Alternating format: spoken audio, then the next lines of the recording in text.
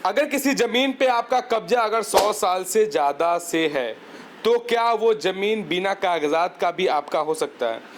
तो अगर आप किसी ज़मीन पे या आपके बाप दादा का ज़मीन कोई है या कोई कब्जा करके रखा हुआ है, वो ज़मीन अगर 100 साल से ज़्यादा अगर उन्होंने वो कब्जा में है तो वो ज़मीन आपकी होगी या उनकी होगी? देखिए, उसमें दो प्रावधान होता है कि अगर ज़मीन का पेपर आपके पास है, अगर ज़मीन का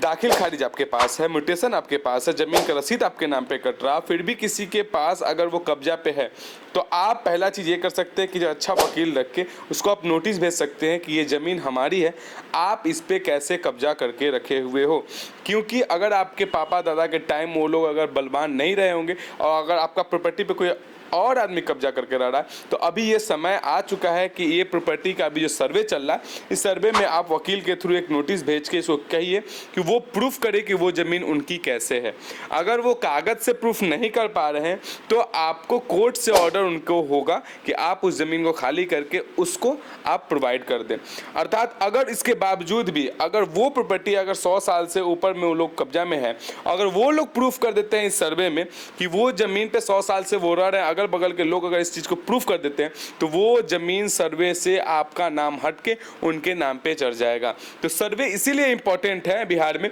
क्योंकि जैसा कि आपको पता है कि अभी बिहार में बहुत सारा ज़मीन जो अभी बचा हुआ है, जो बहुत सारा लिटिगेशन में पड़ा हुआ ज़मीन है, उस ज़मीन को क्लियर करके उस ज़मीन का जो भी खाता खिस रहा है उसको या तो ऑनर के नाम पे या जो कब्जा किया हो उसके नाम पे, नहीं तो सरकार के नाम पे वो ज़मीन इशू कर देना है। सर्वे का मेन मोटिव यही है। तो अभी भी अगर आप अपने ज़मीन का सर्वे नहीं कराए हैं तो ये मौका है, आप जल्द से जल्द इसमें जुड़िए। आप अपने पेपर को निकालिए, पेपर नहीं है आप इसका खाता खिसरा को निकालिए, जाके उसका मैप निकालिए, मैप निकाल के अपने नाम पे उसको करा लीजिए सर्वे। सो इजी प्रॉपर्टी सॉल्यूशन को फॉलो करते रहिए ऐसे ही टिप्स के लिए। मेरा नाम है अशद, इजी प्रॉपर्टी सॉल्यूशन बिहार। नमस्कार।